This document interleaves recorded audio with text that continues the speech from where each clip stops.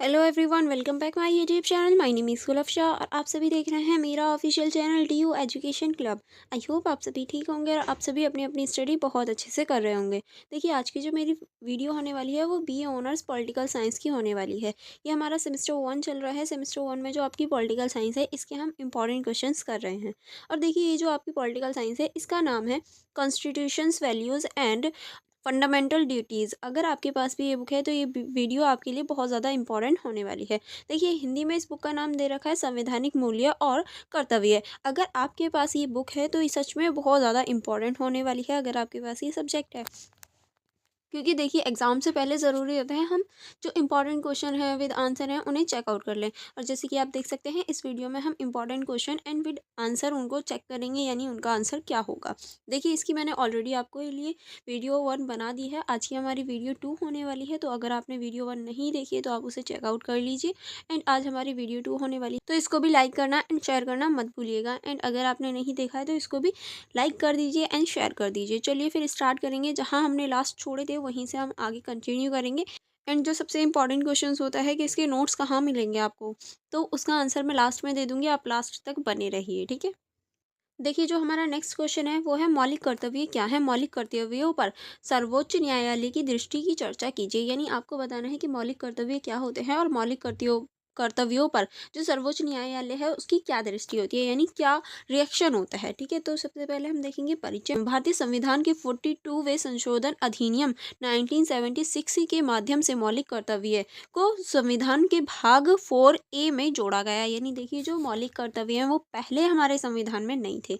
संशोधन जो कि हमारा 42वां संविधान संशोधन था, उसके तहत 1976 में जो मौलिक कर्तव्य हैं उन्हें संविधान के भाग 4A में जोड़ा गया। इनका उद्देश्य नागरिकों को उनके दायित्वों और सामाजिक उत्तरदायित्वों के प्रति जागरूक करना है। यानी जो समाज में नागरिक हैं उनकी भी तो कुछ जिम्मेदारियां होती हैं, कुछ उत्तरदायित्व होते हैं, तो उन्हीं को सुनिश्चित करने के लिए जो मौलिक कर्तव्य हैं उनको निर्धारित किया गया था, ठीक है।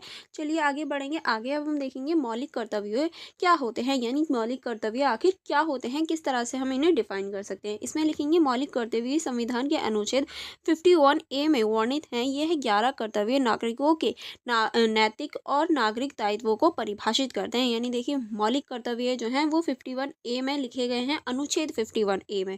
और ये टोटल यानी संख्या जो होती है वो इनकी 11 होती है। और देखिए, अब हम देखेंगे मौलिक कर्तव्य जो होते हैं वो नागरिकों को उनके दायित्वों को परिभाषित करते हैं कि उन्हें क्या क्या करना चाहिए, ठीक है। अब हम देखेंगे मुख्य मौलिक कर्तव्य के मुख्य जो मौलिक कर्तव्य है कौन कौन से हैं। पहला आप लिखेंगे संविधान, इसके आदर्श, संस्थाओं, राष्ट्रीय ध्वज और राष्ट्रीय गान का सम्मान करना। यानी देखिए, हमें अपने संविधान का, अपने राष्ट्रीय गान का, राष्ट्रीय ध्वज का जो है वो सम्मान करना है। कभी आपने ये चीज़ नोटिस करी है, जब राष्ट्रीय गान बजता है तो हमें स्कूलों में सिखाया जाता है कि हमें स्ट्रेट खड़े हो जाना है, हाथ बांध के सीधे खड़े हो जाना है। ये क्या है, ये सम्मान ही तो करते हैं हम राष्ट्रीय गान का, या ये कहें राष्ट्रीय जो गीत है हमारा, तो राष्ट्रीय गीत का हम सम्मान करते हैं। और राष्ट्रीय जो ध्वज होता है उसके सामने स्ट्रेट खड़े होते हैं, उसे सल्यूट करते हैं, वो भी हमारा सम्मान करने का तरीका है, ठीक है। नेक्स्ट अब हम देखेंगे स्वतंत्रता के लिए बलिदान देने वाले वो का सम्मान करना। यानी जिस जिस लोगों ने हमारी स्वतंत्रता में बलिदान दिया था, हमें उन सब का सम्मान करना चाहिए। अगर कभी आप इंडिया गेट पे गए हो तो वहाँ पर उन सबकी समाधियाँ हैं, इंडिया गेट पर उन सभी के नाम लिखे गए हैं।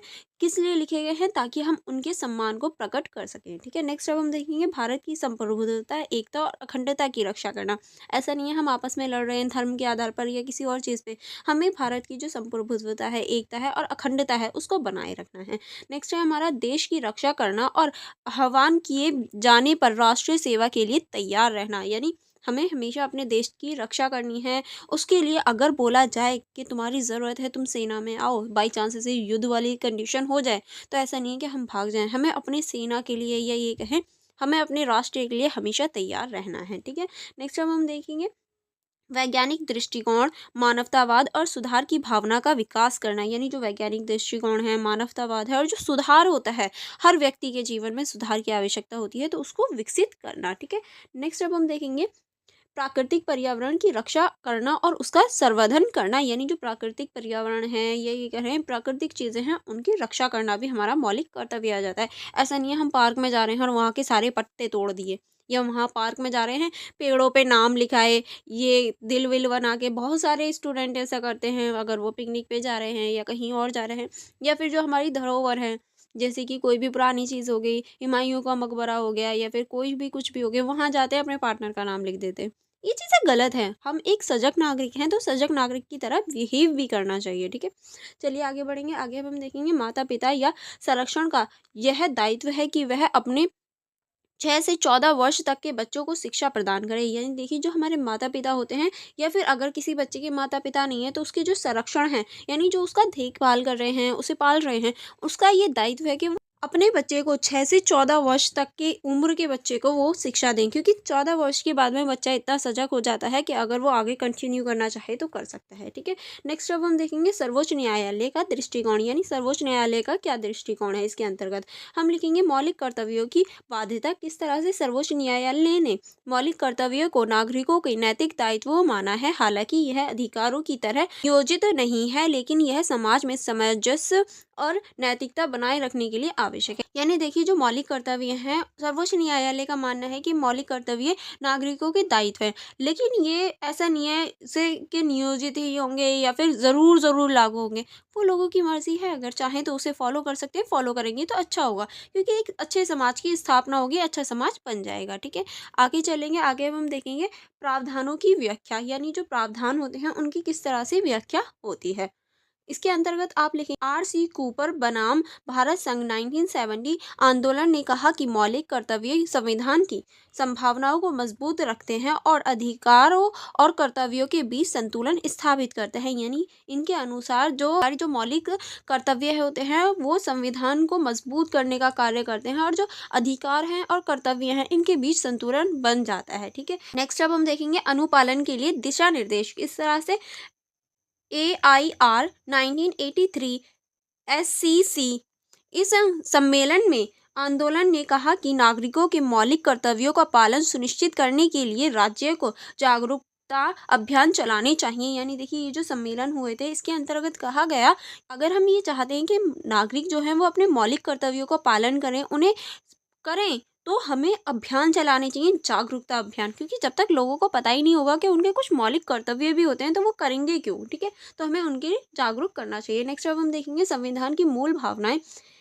MC मेहता बनाम भारत संघ 1988 आंदोलन ने मौलिक कर्तव्यों को संविधान की मूल भावना बताया, खासकर पर्यावरण की सुरक्षा के संदर्भ में। यानी देखिए, ये जो आंदोलन था इसके अंतर्गत बताया गया कि जो मौलिक कर्तव्य है वो संविधान की मूल भावना है। क्योंकि देखिए, खासकर पर्यावरण के संरक्षण में हम कितनी भी कोशिश कर लें, अगर लोग अपने मौलिक कर्तव्य या ये कहें मौलिक जो उनके कर्तव्य हैं उनका पालन नहीं करेंगे तो पर्यावरण का हम संरक्षण नहीं कर सकते। क्योंकि देखिए, हर व्यक्ति हर जगह जाता है, अगर हमारे ही मन में ये हो कि तो हमारा ही देश है, हमारी ही चीज़ें, अपनी चीज़ को क्यों बर्बाद करना।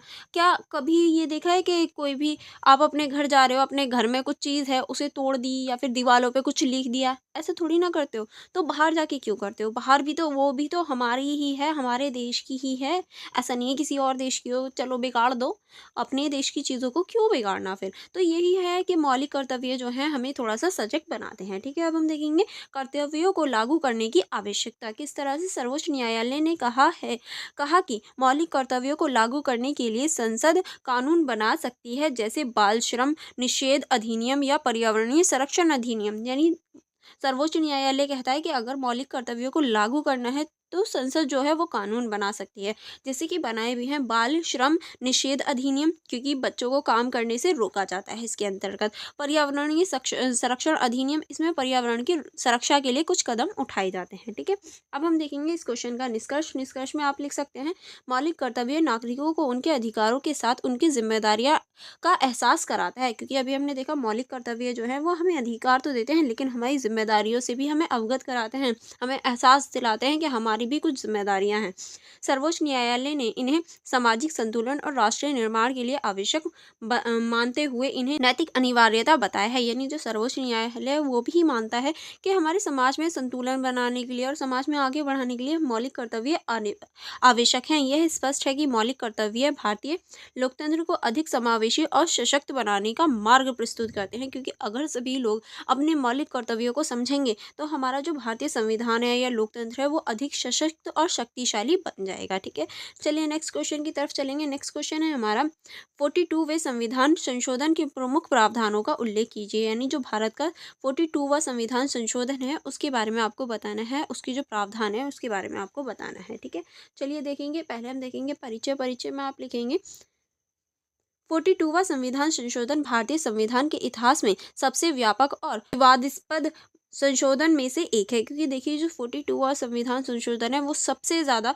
विवादास्पद और सबसे ज़्यादा बड़े या फिर ये कहें सबसे ज़्यादा जटिल जो संशोधन है उनमें से एक है। इसे मिनी संविधान भी कहा जाता है। यानी देखिए इतना बड़ा और इतना जटिल है कि इसको एक मिनी संविधान यानी संविधान का छोटा ही रूप कह दिया गया है, क्योंकि इसमें संविधान के कई हिस्सों में बड़े पैमाने पर परिवर्तन किए, क्योंकि ये जो है संविधान के कई हिस्सों में बड़े पैमाने पर परिवर्तन करता हुआ हमें दिखाई देता है। यह संशोधन आपातकाल 1975 से 77 तक के दौरान लगाया गया और इसमें कई प्रावधान जोड़े गए जो भारतीय संवैधानिक संरचना को प्रभावित करते हैं। यानी देखिए ये जो संशोधन है, ये जो आपातकाल की स्थिति है, ये 1975 से 77 में जोड़ा गया था और इसके अंतर्गत कई जो संवैधानिक संरचना है या संविधान है उसको कई हिस्सों पर उसे प्रभावित करता हुआ हमें दिखाई दिया। अब हम देखेंगे 42वें संविधान संशोधन के प्रमुख प्रावधान। यानी जो 42वां संविधान संशोधन हुआ था इसमें क्या क्या चीजें रखी गई थी। तो पहला हम देखेंगे संविधान की प्रस्तावना में परिवर्तन। देखिए जो हमारी संविधान की प्रस्तावना है उसी में परिवर्तन किया गया है। क्या परिवर्तन हुआ? समाजवादी और धर्मनिरपेक्षता शब्द को प्रस्तावना में जोड़ा गया है, क्योंकि देखिए हमारी प्रस्तावना में पहले समाजवादी और जो धर्मनिरपेक्षता है ऐसे वर्ड्स नहीं थे, तो इन दो वर्ड्स को जोड़ा गया। संपूर्ण प्रभुत्व संपन्न को संपूर्ण प्रभुत्व संपन्न समाजवादी धर्मनिरपेक्षता लोकतंत्र गणराज्य के रूप में परिभाषित किया गया। यानी देखिए पहले संविधान में सिर्फ संपूर्ण प्रभुत्व संपन्न लिखा हुआ था, उसको चेंज करके संपूर्ण प्रभुत्व संपन्न समाजवादी धर्मनिरपेक्षता लोकतांत्रिक गणराज्य के रूप में इसे बनाया गया है। यानी ये सारी चीज़ें हमारे संविधान में जोड़ी गई। संविधान की जो प्रस्तावना है उसमें राष्ट्रीय एकता और अखंडता को प्रस्तावना में जोड़ा गया और इसी के बाद में जो राष्ट्रीय एकता है और अखंडता है उसको भी भारत की जो संविधान की प्रस्तावना है उसी में जोड़ा गया। ठीक है, चलिए आगे बढ़ेंगे। आगे अब हम देखेंगे मौलिक कर्तव्यों का प्रावधान। यानी इसमें मौलिक कर्तव्यों का प्रावधान हुआ, जैसे कि भाग 4A जो है हमारा, इसमें मौलिक कर्तव्य हैं। संविधान के भाग 4A के तहत अनुच्छेद 51A जोड़ा गया, जिसमें नागरिकों के लिए 10 मौलिक कर्तव्यों का उल्लेख किया गया। अभी हमने मौलिक कर्तव्यों के बारे में ही चर्चा की थी इससे पहले वाले क्वेश्चन में, और देखिए जो मौलिक कर्तव्य हैं वो इसी के अनुसार जोड़े गए हैं, यानी 42वें संविधान संशोधन द्वारा। ठीक है, नेक्स्ट अब हम देखेंगे नीति निर्देशक तत्वों को सशक्त बनाना। यानी देखिए जो हमारे नीति निर्देशक तत्व होते हैं उनको भी सशक्त इसी के माध्यम से बनाया गया। अनुच्छेद 39B और C को न्यायिक समीक्षा से बाहर किया गया, जिससे समाजवादी लक्ष्य को बढ़ाया जा सके। यानी देखिए जो हमारा अनुच्छेद B और C है उसे पहले न्यायिक समीक्षा के अंतर्गत रखा गया था, तो उसे उससे बाहर निकाला गया है ताकि जो हमारी सामाजिक लक्ष्यता है उसको बढ़ाया जा सके। ठीक है, चलिए आगे बढ़ेंगे। आगे अब हम देखेंगे संसद और राज्यों की शक्ति में वृद्धि। किस तरह से संसद और जो राज्य हैं उनकी शक्ति में वृद्धि होती है, इसके अंतर्गत आप लिखें संसद को संविधान संशोधन में अंतिम अधिकार दिया गया। अनुच्छेद 368 को संशोधित किया गया। यानी देखिए पहले अनुच्छेद 368 के तहत ये था कि जो संसद है वो सबसे पहले संविधान में जो चेंजेस है वो कर सकती है, लेकिन अब इसको चेंज करके ये कहा गया कि संविधान में संशोधन संसद द्वारा सबसे अंतिम होगा। यानी इससे पहले कोई भी कर सकता है, मतलब सर्वोच्च न्यायालय कर सकता है। ठीक है, नेक्स्ट अब हम देखेंगे केंद्रीय सरकार को अधिक शक्ति प्रदान की गई, जिससे संघीय ढांचा कमजोर हो गया है। यानी पहले संघीय ढांचे को भी बराबर शक्ति थी, लेकिन अब केंद्र के पास ज़्यादा शक्ति है और संघ के पास थोड़ी कम शक्ति है। ठीक है, अब हम देखेंगे न्यायपालिका की शक्तियों में बंटवारा किस तरह से। सर्वोच्च न्यायालय और उच्च न्यायालय की न्यायिक समीक्षा शक्तियों को सीमित किया गया, यानी इनकी जो शक्तियाँ हैं उनको भी सीमित किया गया था ताकि ये अपनी मनमानी ना करें। ठीक है, आगे हम देखेंगे अनुच्छेद 32 और 226 के तहत मौलिक अधिकारों के उल्लंघन पर न्यायालय में याचिका दाखिल करने के अधिकारों को कम किया गया। यानी देखिए इनके अंतर्गत ये था कि कोई भी अपने मौलिक अधिकारों के लिए जो भी हनन हो रहा है वो न्यायालय में जाके याचिका दायर कर सकता है, लेकिन अब उसको थोड़ा-सा कम किया गया है इन अधिकारों को, ठीक है। नेक्स्ट अब हम देखेंगे राष्ट्रपति की शक्तियों में कमी। किस तरह से राष्ट्रपति को संसद द्वारा भेजे गए विधायकों पर बाध्यकारी रूप से हस्ताक्षर करने का प्रावधान किया गया है। यानी देखिए पहले जो राष्ट्रपति था उसके पास थोड़ी-सी शक्तियाँ होती थी, लेकिन अब उनको कम करके जो भी संसद द्वारा कोई भी जो विधायक है वो राष्ट्रपति के पास भेजा जाएगा हस्ताक्षर के लिए, तो वो उसे बिना टाले उस पर हस्ताक्षर कर देगा। क्योंकि देखिए जो राष्ट्रपति होता है उसका सिर्फ यही काम होता है कि जो भी संसद द्वारा बनाकर भेजा जा रहा है कानून उसके पास में, वो उस पर अपने हस्ताक्षर कर दे कि हाँ, इसको परमिशन मिल गई है, ठीक है। चलिए आगे बढ़ेंगे। आगे अब हम देखेंगे लोकतंत्र सेवाओं की सुरक्षा किस तरह से। इसके अंतर्गत आप लिखेंगे अनुच्छेद 311 में संशोधन कर सरकारी कर्मचारियों को हटाने के प्रावधानों को कठोर बनाया गया है। यानी पहले जो सरकारी कर्मचारी होते थे उन्हें यूं ही हटा दिया जाता था, पर अब उन्हें हटाना थोड़ा सा कठिन कर दिया गया है। अब हम देखेंगे राष्ट्रीय आपातकाल से संबंधित प्रावधान किस तरह।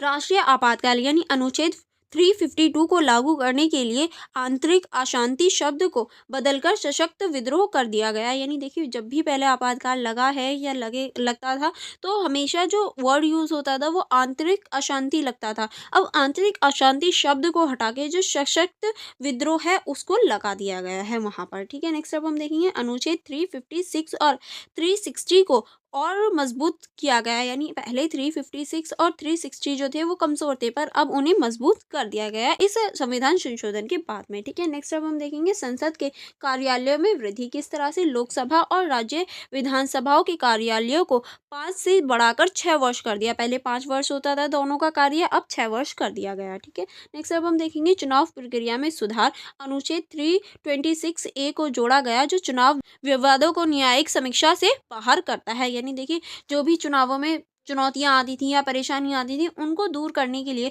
जो अनुच्छेद 329A है उसको जोड़ा गया, ठीक। अब हम देखेंगे 42वें संशोधन का प्रभाव। यानी 42वें जो संविधान संशोधन था या ये कहे संशोधन था, इसका क्या प्रभाव पड़ा। तो इसके अंतर्गत आप लिखेंगे 42वें संशोधन ने भारतीय संविधान को अधिक केंद्रित और सामाजिक बनाने का प्रयास किया। देखिए ये जो है ये अधिक केंद्रित यानी केंद्र को ज़्यादा शक्ति दी गई थी इसके अंतर्गत और समाजवादी बनाने का प्रयास किया गया था। हालांकि आपातकाल के बाद इसे आलोचनाओं का सामना भी करना पड़ा था और कई प्रावधानों को 44वें संशोधन यानी 1978 के माध्यम से निरस्त कर दिया गया और ऐसे बहुत सारे जो प्रावधान किए गए थे इसमें उसे 42वें संविधान संशोधन द्वारा 1978 में हटा दिया गया था या ख़त्म कर दिया गया था। देखिए अभी हमने देखा ये कितना बड़ा है और ये तो बहुत मतलब शॉर्ट में लिखा है, डिटेल में देखेंगे तो ये बहुत बड़ा है, इसीलिए इसे एक मिनी संविधान भी कह देते हैं, ठीक है। अब हम देखेंगे इसका निष्कर्ष कि आप इस क्वेश्चन के निष्कर्ष में क्या लिख सकते हैं, ठीक है। निष्कर्ष में आप लिख सकते हैं, निष्कर्ष देखेंगे 42वें संविधान संशोधन ने भारतीय संविधान को व्यापक रूप से परिभाषित किया। इसे तत्कालीन सरकार के राजनीतिक उद्देश्यों के साथ जोड़ा गया। यानी उस टाइम की जो राजनीति थी, उस टाइम की जो राजनीतिक मुद्दे थे उनके साथ में इसे जोड़ा गया था, लेकिन मौलिक कर्तव्यों का प्रावधान और सामाजिक न्याय के उद्देश्यों को बल प्रदान करना इसके सकारात्मक पहलू हैं। यानी देखिए कुछ चीज़ें नकारात्मक हुई जिन्हें हटाया भी गया, कुछ चीज़ें सकारात्मक भी हुई जैसे कि हमारे जो मौलिक कर्तव्य हैं, ये सारी जो चीज़ें हैं ये सकारात्मक हुई जो आज भी हैं, ठीक है। हालांकि इससे उत्पन्न असंतुलन को बाद में संवैधानिक सुधार के माध्यम से ठीक किया गया। क्योंकि देखिए जब ये चीज़ लागू की गई थी तो बहुत सारे ऐसे कह सकते हैं जो असंतुलन है वो बन गए थे, लेकिन उन्हें बाद में संवैधानिक संशोधन द्वारा ठीक भी किया गया था, ठीक है। आई होप आपको यहाँ तक सारे ही इंपॉर्टेंट क्वेश्चन समझ में आ गए होंगे, क्योंकि यहाँ आपकी जो फुल बुक इंपॉर्टेंट क्वेश्चन थे वो कवर हो जाते हैं। अगर आपको कोई डाउट हो या कोई प्रॉब्लम हो तो आप मुझसे कमेंट बॉक्स में पूछ सकते हैं। Otherwise for more information for more connectivity आप मेरे टेलीग्राम ग्रुप को ज्वाइन कर सकते हैं, आप मेरी इंस्टाग्राम आईडी को चेकआउट कर सकते हैं। अगर आपको कोई भी प्रॉब्लम हो तो मुझसे पूछ सकते हैं। एंड देखिए आपको जो इसके नोट्स हैं अगर आप चाहते हैं तो मेरी मेंबरशिप को ज्वाइन कर लीजिए, वहाँ आपको प्रोवाइड हो जाएंगे। अदरवाइज़ आप मेरा टेलीग्राम ग्रुप ज्वाइन कर सकते हैं, वहाँ आपको नोट्स प्रोवाइड हो जाएंगे। चलिए फिर आप मेरी वीडियो को लाइक करना एंड अपने फ्रेंड्स के साथ शेयर करना मत भूलिएगा। एंड मेरे यूट्यूब चैनल को भी सब्सक्राइब कर लीजिए ताकि अपकमिंग जो वीडियोस हैं या अपकमिंग जो आपके सेमेस्टर हैं उनमें भी आपके लिए हेल्पफुल हो सके। चलिए फिर मिलेंगे नेक्स्ट वीडियो में। Thank you for watching everyone.